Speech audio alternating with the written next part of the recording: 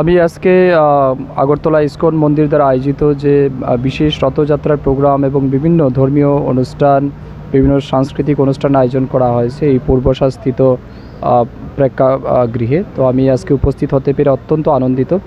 আমি এখানকার যিনি ইনচার্জ রয়েছেন গোবিন্দ দাস প্রভুকে অনেক ধন্যবাদ, কৃতজ্ঞতা জানাচ্ছি অত্যন্ত ভব্য এবং সুন্দর অনুষ্ঠানে আমাকে আয়োজন করার জন্য।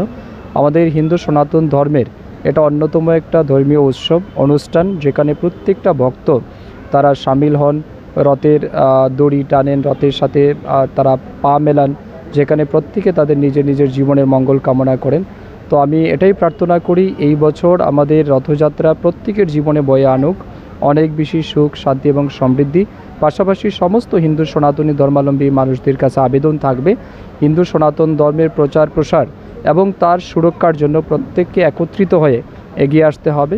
ভগবান শ্রীকৃষ্ণের পথ নির্দেশিত রাস্তা দিয়ে আমাদের চলতে হবে এবং তিনি যেভাবে শ্রীমদ্ ভগবদ্ গীতায় ওনার মুখনিসৃত বাণীর মাধ্যমে আমাদেরকে উদ্বুদ্ধ করেছেন, উৎসাহিত করেছেন, অধর্মের বিরুদ্ধে লড়াই করার যে বার্তা দিয়েছেন, সেই জায়গাতে আমাদের সবাইকে একত্রিত হয়ে কাজ করতে হবে। কারণ আমরা লক্ষ্য করছি বিভিন্ন জায়গাতেই এই হিন্দু সনাতন ধর্মকে শেষ করার একটা পরিকল্পনা চক্রান্ত বিশ্বব্যাপী চলছে, কিন্তু এটা বিশ্বের সর্ববৃহৎ সুপ্রাচীন ধর্ম, যেটাকে কখনো শেষ করা যায় না, এটা সমুদ্র সম।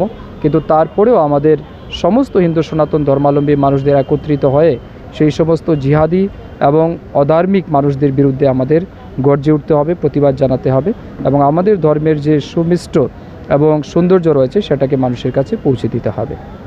আমার শেষ প্রশ্ন, আপনি যুব সমাজের জন্য এই জগন্নাথ উৎসবকে কেন্দ্র করে আপনি কি বার্তা দিতে চাইছেন? সমস্ত যুবকদের কাছে এটাই আবেদন থাকবে যে আমরা মানুষ, আমাদের জীবনে কর্ম এবং ধর্ম এই দুইটাকে পাথেয় করে আমাদের এগিয়ে যেতে হবে। সারাদিন শুধু কর্ম করলে জীবন সফল হয় না, তাই কর্মের সাথে সাথে ধর্মকেও আমাদের আকৃষ্ট করতে হয়, আলিঙ্গন করতে হয়।